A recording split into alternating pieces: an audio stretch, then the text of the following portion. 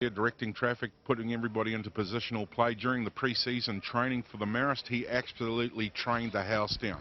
I think he's gained a bit of size. He's looking a lot more powerful, but he's certainly fit as well. So he'll be a player to watch during the 2017 SAS Box season. Oh, the old look, no pass. Or in that case, no look pass. One of them. Marist now working up towards halfway. And it's some pretty simple one-out stuff. They don't need to set the world alight in the second half. They hold a commanding 10-point lead, which in the nines is huge. And this will help. Penalty on halfway. I've just noticed we do have two number 5s out there, so don't get confused as to who we are referring to. Of course, the... Simon will say, I'm the good-looking number 5. That's right. And if Craig Gray's watching this, he'd be confused because he's a number 5.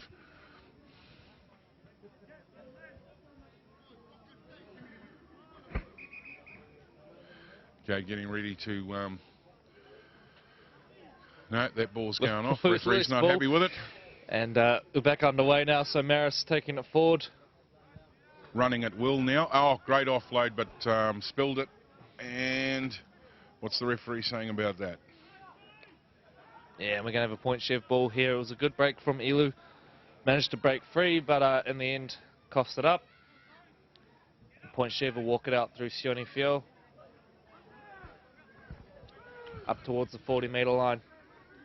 Sione, we mentioned earlier, one of the real, probably premier, I guess, second rowers in the Auckland competition. He was with Otahu, but with them getting relegated, obviously decided to try his luck at Point Chev, and look, I'm sure he's going to feature for them at Fox Memorial level this year, if he does indeed end up playing for the Pirates. So good to see some guys sort of trying out new clubs, and a few new faces around as Point Chev receive back-to-back penalties now and work their way into the half. They've got to score, and they've got to score quickly if they're going to mount a comeback here. The Point Chev Little Generals. Out towards the right now, but the Marist defence up to task. Taplin breaking free. He's a slightly built player, but pretty powerful. Messi will play the ball, yeah, no. And a little knock on in there. To be fair, a little bit hard on Point Chev there. There was a man lying in the ruck. I mean, he can't disappear, but a little bit going on in there, and unfortunately Point Chev cop up the error.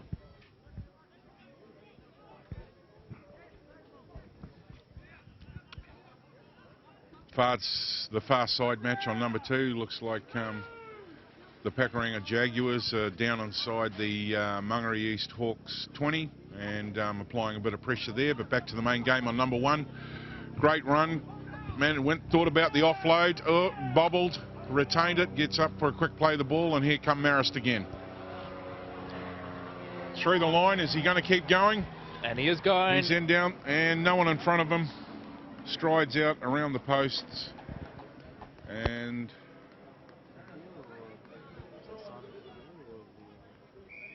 I missed it. I can't see. No, the other Simon.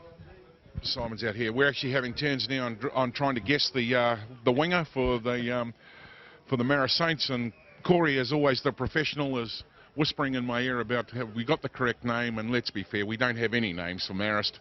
That is completely true. We indeed do not have a single name for the Marist team, and being as neither Troy or I is a Marist club member, we are a little lost as to who is playing, so we do apologise for that. We pestered team management for the team list, but not forthcoming on this occasion. But anyway, hope you're enjoying the coverage. Some good footy being played, even if we don't necessarily know the names of the players. The young fella here, though, number 5. Taking a kick at goal. Good. Nice rhythm. Yeah, nice there from Bailey Thomas. That's one we do know. He's been super impressive. And tell you what, Troy, if I was putting together a team of the tournament, I would imagine he's going to be in there somewhere right now. He's had a good tournament. Absolutely. And he's made his presence felt. Oh, the little short kick ahead. Been regathered by the Pirates. And they're in luxury territory now, Marist, with a 20 points to 4 lead. The game is over, so they can try a few things that might be useful in the next round.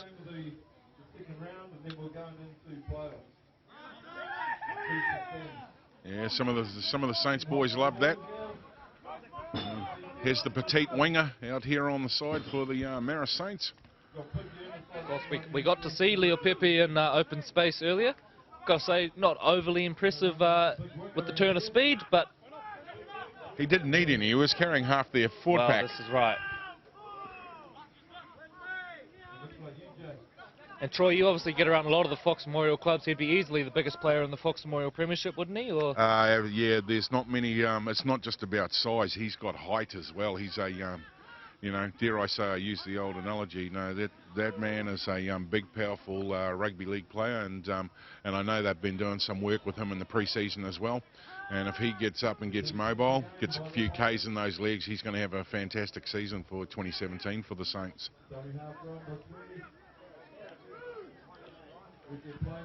Marist, I think, with the distinction, they probably have both the biggest player at the Nines and also the smallest in Bailey Thomas. So he's also got a big vocal supporter too. His mum turns up to most of the games and stalks the sideline. And if by hell or high water, if somebody, you know, upsets her son, she'll let you know about it. Excellent. And that's what more could you ask for from a mum? Yeah, that's true. Hopefully your mother's listening to the live stream today, Corey, of the Sports Safe ARL Nines, and all the friends and family down in your small community there will be waiting for black and white autographs when you get home. Yeah, Mum is listening. She flicked me a little text just before just to let me know to keep my last name out of the commentary. She's a little embarrassed, I think, about some of our antics today, Troy, but we're having a good time down here at Stanmore Bay, as I think is everyone else here, a big crowd building. And we're getting ready for a huge afternoon, a few barbecues going over the back there as the players and support staff are enjoying themselves, and this is a fantastic tournament to kind of kickstart what is a huge year in rugby league, the longest season ever in rugby league actually, with the World Cup at the end of the year. There has never been more footy on, so this is the kind of start of it. Of course, the NRL kicking off in a couple of weeks' time. We've got the Warriors playing a trial tomorrow, so exciting times, Troy. Yeah, mate, and you got money on the Warriors being in the top 4, Corey? I'm not a betting man myself, Troy, but look, they're they've got the ingredients. They've got the ingredients, and as we say that, a big spill from Point Chev is going to give Marist another chance as we wind down into the final couple of minutes of this one. Yeah, he sidestepped and walked right around that little lovely bit of footwork tackle from the big fella there, and Point Chev now really out on their feet. They've done well to kind of compete in this tournament. They've had a team with mostly kind of new players as they led another one in there, just a big gaping gap down the right edge for Marist. But for this Point Chev side, well, you know, they've mainly made up of new players. They've got a couple of faces who we know, but it's a fair effort from them, and great to see them turn up, and I'm sure they've enjoyed the tournament nonetheless. As the full-time hooter sounds in the background, this kick will be the final play of the game. Bailey Thomas is going to attempt it. And he's been kicking well all day. He struck the ball well on that occasion as well, and another 2 points for the Saints and a high five around the team members. So a resounding victory for Marist in that one, 26 points to 4. I think that'll be the biggest winning margin of the tournament so far, so well done to the Saints and to Point Chev. A little bit to work on there, but plenty of new boys in the squad, and they look like they've had some fun today anyway.